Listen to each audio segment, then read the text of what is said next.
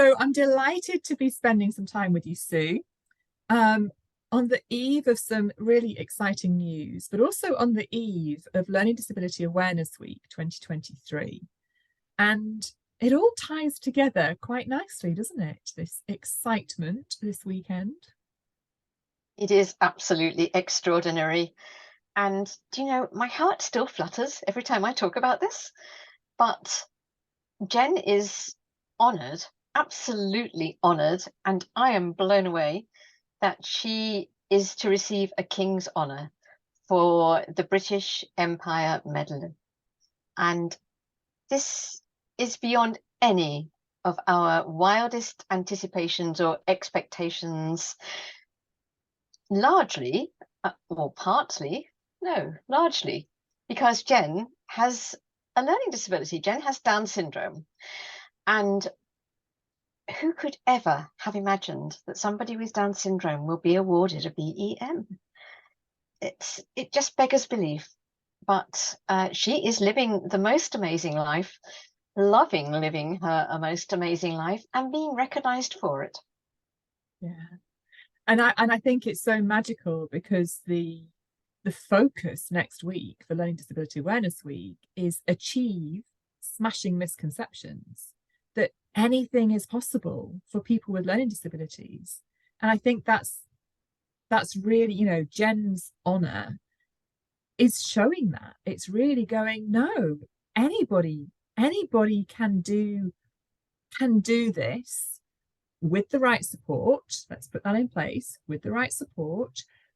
But the opportunity is there for anybody, including those people with learning disabilities. Absolutely. And for us, for Malcolm and me, we have absolutely the same hopes and aspirations for both of our children. We have two children. Anthony, who rarely gets spoken about because he lives a normal life, whatever one of those is. And Jen, who is attracting more and more attention as time goes by because she does have Down syndrome, but you could argue she is living more or less a normal life. She is living the life of her choosing. She is doing with her day and in her living and with her time exactly what she would like to be doing. And she is absolutely engrossed in her dance, where she thrives because her language of communication is dance. And if dance is front and center of each day, Jen can be in a good place. Yeah. So Jen is early 40s, isn't she now?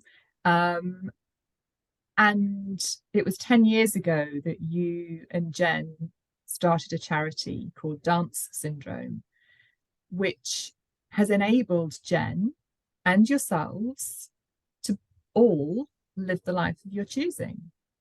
You just want to say a little bit about that?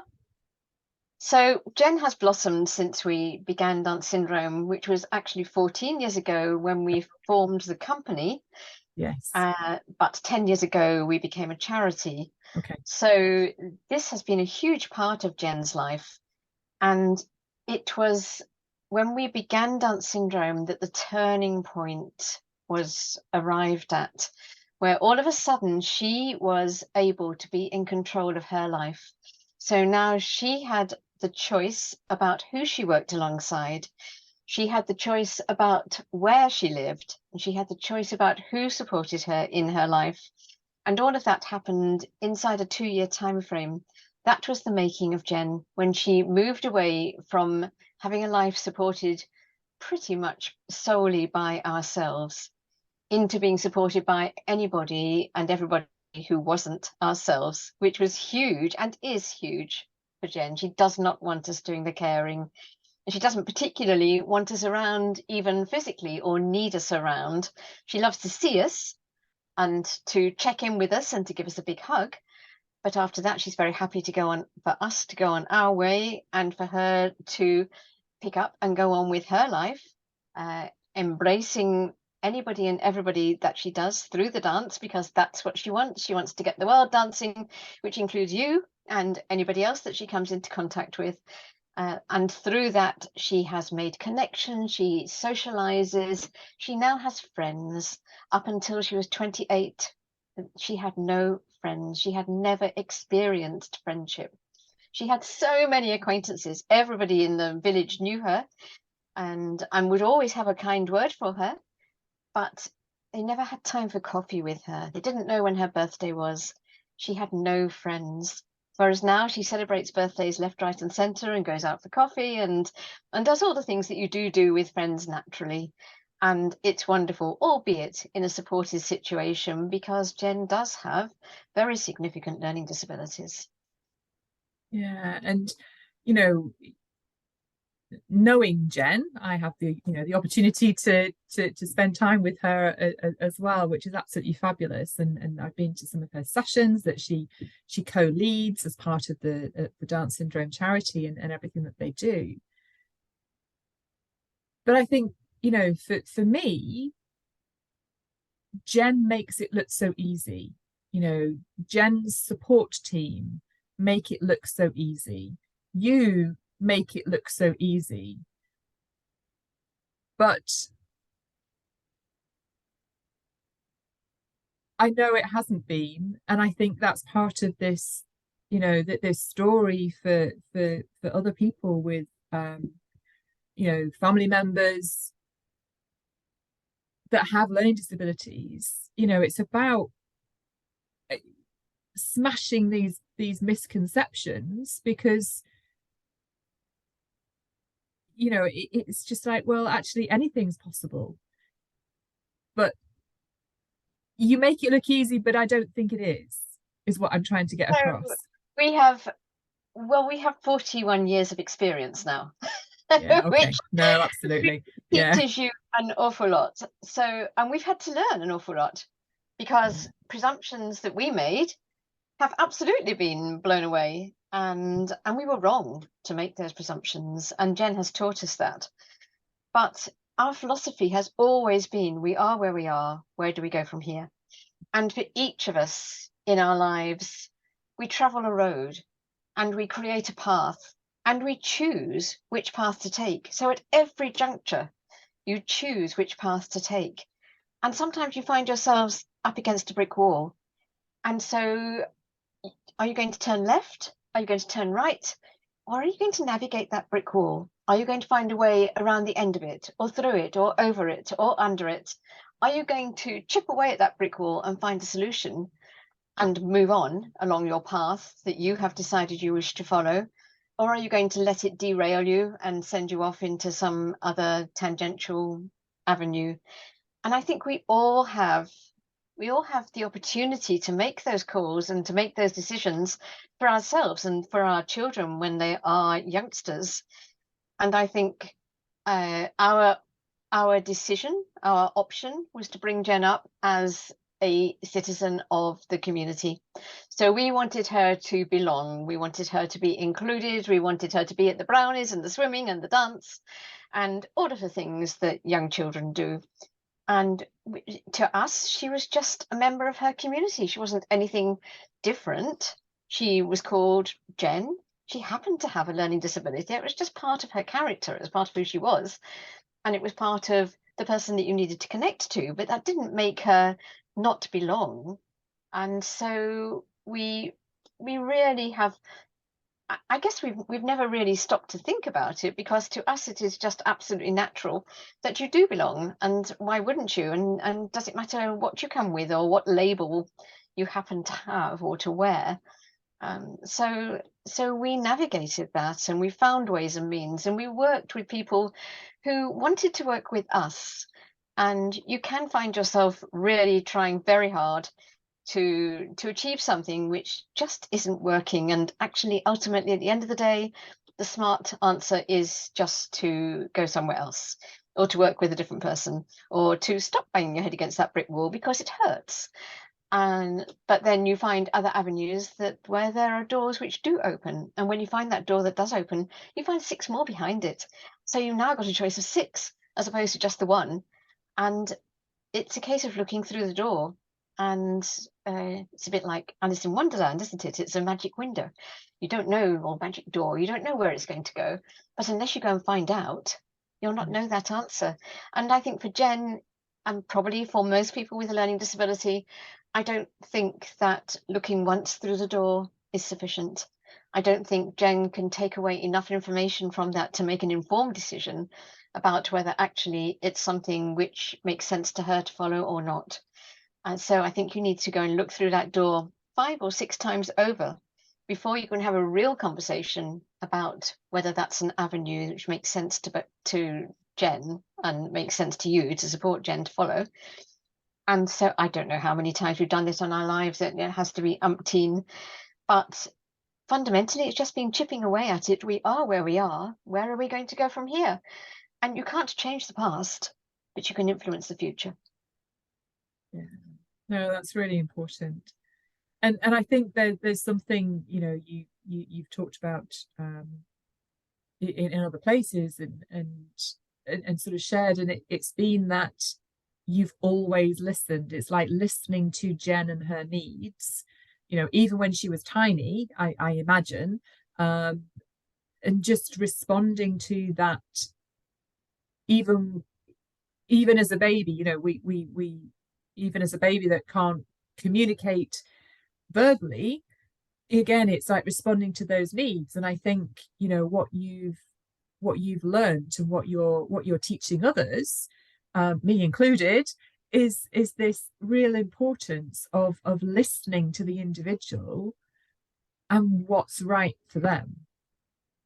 I can't always say that we've got it right, but we have most certainly sought to do that. And there are times when we've got it totally and utterly wrong.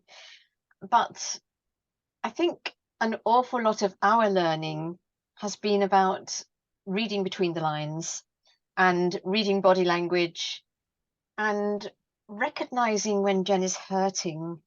And we didn't in the first instance. We just didn't. You know, when she would act out of character or in a really strange manner, we just put it down to, I don't know, just having a bad day, or maybe we put it down to Down syndrome, though I'd love to hope not. But we're human too, and we make mistakes. And we most certainly have brushed things under the carpet, under the rug, when they've been made no sense to us. We haven't known how to handle it. So we've just hoped they would go away, but they don't. They come back to haunt you and to bite you, and they come back much more strongly than they ever were in the first instance, because you haven't listened and you haven't been smart enough to recognize that actually it was a cry for help. And you might not know what that cry for help is about, but you darn well need to find out. And you need to drill down through layers and layers and layers. And maybe you, as the parent, don't actually have the skill set to be able to do that. Maybe you need to go and ask for support from others, or seek support, or talk to your networks, or find out who might be able to help. And we've been in those situations for sure. But I think asking for help is really difficult and challenging to do. And, I know the very first time we went to social services, my goodness, was picking up that phone difficult to do. To go to social services and say, help, I'm not coping, I need support. It was such an incredible challenge for me. But then since then, there have been many other opportunities, and you can't do it alone. But what I want to do is to give parents hope. I want to have them believe in their child, believe that there is a nugget of gold inside each and every person, to find that nugget, to drill down to, and you probably already know what it is. It's just, your child is particularly good at, and or particularly interested in, or responds well under those particular circumstances, and absolutely not under those particular circumstances, or with that particular person. But why is there empathy with that person? What is there that they bring to the table that your child can relate to?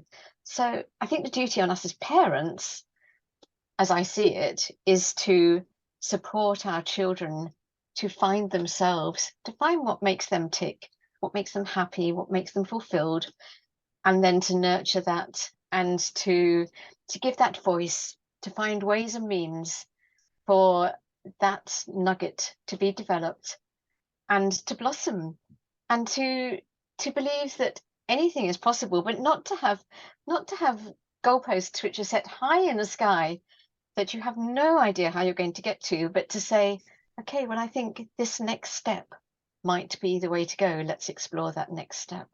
And so it's one step at a time and one small step at a time. And be prepared for the fact that you may go backwards as well as forwards because you don't necessarily get it right. But don't beat yourself up in that process, although that's really easy to say and really difficult to do. I don't know how many times I've beaten myself up. But we are where we are through virtue of one step at a time. And by heck, is Jen smashing misconceptions here and now. She is seen as a role model. She is loving her life. She has been the catalyst for numerous other people, hundreds and thousands of other people, to experience happiness and fulfillment in many, many different ways. And here she is being awarded a BEM. Yeah, no, it's absolutely fabulous. And her honor, her British Empire Medal is for services to disabled people, which, you know, is absolutely at the heart of dance syndrome, which is focused on supporting people with learning disabilities and none. It's you know, it's a totally inclusive organization, to develop their leadership skills, to allow them to dance in a way that they can dance and express themselves, and it becomes the absolute language. And just listening to some of and seeing some of the people within the Dance syndrome family, just they're all blossoming too. And you can see absolutely why Jen has been given this award, because of that ripple effect of what she's done and how she does it in that loving, nurturing, but just so focused. And you know, her mantra is, you know, dream, believe, achieve, isn't it? Which is just, you've got to dream it first and then believe it can happen, and then you can achieve it. And I can see that's how she's, you know, grown to live her life. So, I mean, the happiness that pervades Dance syndrome is just second to none. You walk into that space, and all of a sudden, your spirits are lifted. You know, you're met by such genuine passion and appreciation that you're there. You don't actually have to do anything, but you're there, and they want, you know, everybody wants to embrace everybody, and it doesn't matter who you are. It doesn't matter whether you're a dancer or a visitor, or a carer or a parent or a dignitary. You know, Down syndrome is a fantastic leveler, and where everybody is included, but equity absolutely reigns. There is no one person who is any more important than any other person. Every person is an equal and has equal human rights to be heard and to be valued and to be their own person.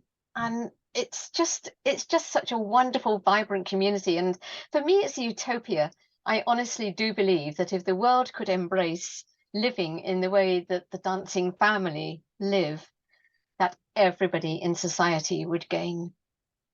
Yeah, I hear you, and I've only, you know, touched Dance syndrome, you know, a very short amount of time, but you know, every time I see a video or, you know, experience a workshop or something, it's just magical, and it does fill you with joy, just to be there and experiencing in a way that I don't think we've seen. I've certainly not seen or had that um, impacted that impact on me in other situations. And I think it's because,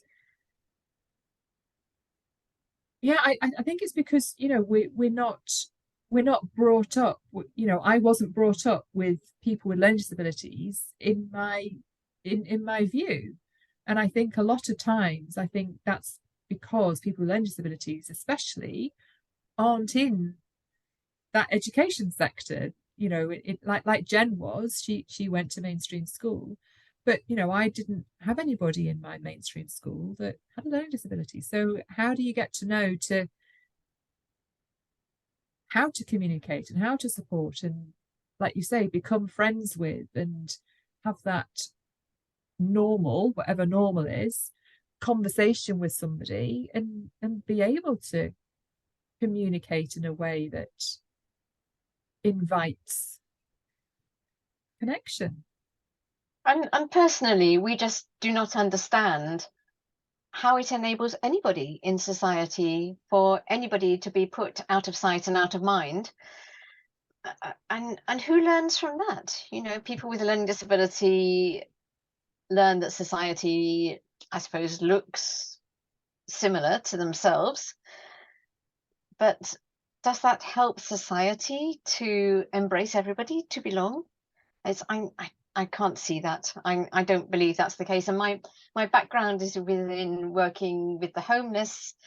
And again, as far as I was concerned, you're talking to people, you're working with people, you're relating to people, you're trying to understand what makes people tick, what their needs are, how you can support them. And is that so different to how you would work with your friend or with your children or with anybody else in society? I don't understand the philosophy that says, well, you've got a learning disability, therefore you belong over there. You know, that's just Yeah. never made any sense to us, and obviously we've never taken any notice of it. Um, so yeah, it's just an amazing thing. But I honestly do feel that, and you were saying that you hadn't related to people before because you hadn't had that opportunity during your life, and neither had we until Jen was born. But now you're experiencing leadership from people with a learning disability. You're experiencing them welcome you into their space, Absolutely. as opposed to you saying, oh, we are inclusive, therefore the door is open. But actually, you still have to knock on that door before they will open it. And so I think there's a huge debate, and it's one we should have on another occasion. I think there is a huge debate about the meaning of inclusion and what does that actually mean. But for us, inclusion is embedded within Down syndrome from the word go, as is leadership, as is learning disability and dance. And those four elements rarely belong together. But if you put them together and you have a solid foundation, the BEM will demonstrate that actually a pretty amazing things can happen if you follow your heart and follow your dreams and believe that what you're doing is right, and don't deviate from that. Don't be persuaded, as one person said to Jen, that there's drama down the way. Why don't you go and do drama instead of dance? To which Jen's response was, I want dance, not drama, which seemed like a perfectly reasonable response to me, but to Yeah. him it was very confusing. And he said, oh, I've not met anybody like you before. So it's just, why should we not listen to people with a learning disability just as much as we listen to our neighbor or our friend? Yeah. It's it's a human right. Yeah. No, absolutely. And thank you for inviting me to have this conversation with you, Sue, because I always learn something and it pops another little thing in my brain and go, oh yeah, I hadn't thought of it like that. So, you as the Blackwells, Team Blackwell, Family Blackwell, you're all about innovative ideas. It's about just not settling for no. It's going for that dream, all of you, and making things happen. I think you've been very creative from the people around you, that they say the Blackwells have been very creative and very resourceful in terms of making things happen in a way that supported all of you as a family to do what you all wanted to do. And you've shared it took time. It's Jen didn't have a friendship until she was 28. Her life didn't really, she didn't start having control of her own life until she was mid-30s, and make sensing that that's timing wise, but now she's absolutely loving her life. She has a really full life, with all sorts of things. It's not just dance. She has hobbies. She has, she does meet friends. She has all sorts of things that she fills her life with, as do you and Malcolm and Anthony. So you have what you've done together. For me, someone that has no experience of people with learning disabilities, it's absolutely smashing misconceptions and achieving what you've wanted to achieve in your lives. I think yes, for me, I'm absolutely over the moon for Jen. I just think she really does justify this. I and had you asked me, if this was the right thing to do, or whether there was any possibility of, I never ever would have gone there. I couldn't even imagine it. So she does work so hard, and she is so focused, and she is so clear in what she wants to do, that it's a joy to watch. It's amazing to watch, and to watch her fulfilled in her life and happy in her life just brings us such joy. And it means that we can be our own people.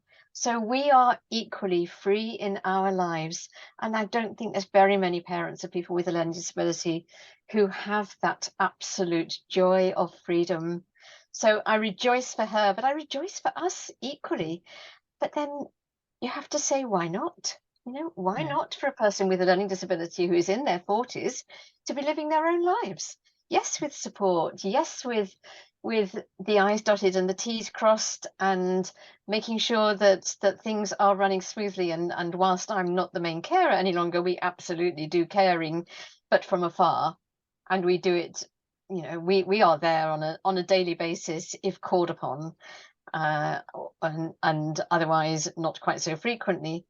But if Jen is in a good place and having a good time, we can be relaxed in our lives and get on with our lives. So here I am sitting on a yacht in the Outer Hebrides, because this is where I choose to be. And, the fundamentals are we sold a house and bought a yacht. And that's how come we have a yacht called home. But it's our choice. And it's really difficult now for us to wrap our minds around living in any other way. It's become the norm, which is absolutely phenomenally brilliant. And that's what I yearn for all those other parents who either have young children born to them who have learning disabilities, or older children who are now turning adults, and they want to be their own people and to have their own lives, and those parents are yearning for time and space to call their own as they get older. And unfortunately, that's something that's going to happen to all of us. And and just to give you hope, to have you believe that anything is possible, and that your offspring, your loved ones, can do amazing things if you can find that recipe. Yeah. And I think that's it starts with listening. I'm sensing it starts with the listening. I think for all of us, it starts with listening. Listening to ourselves, listening to our loved ones, um, and then like you say, taking step by step. And we come to a door that doesn't open, well, is it the right door? And just keep going. But it's possible. I think what you, the Blackwells, what Jen has absolutely shown, and what Dance Syndrome is doing for other people with learning disabilities, is absolutely showing them the possibility of living their own lives, living the life of their choosing, with purpose, with meaning, and fulfilling what this golden nugget is inside of them. And they do it with so much joy and passion, and it is just so wonderful to see. Thank you. Well, I'm glad it gets you in the heart in the self same way that it does us. No, absolutely. Yeah, it's just, you just can't knock it. It's just amazing. And I'm at least as thrilled for every person whom Down syndrome touches as I am for Jen. I just think this is testimony to acknowledging that every person is an equal human being, and we need to regard every person in that light. Yeah. Thanks so much, Sue. You're Speak to you most again welcome. Thank soon, you. I'm sure.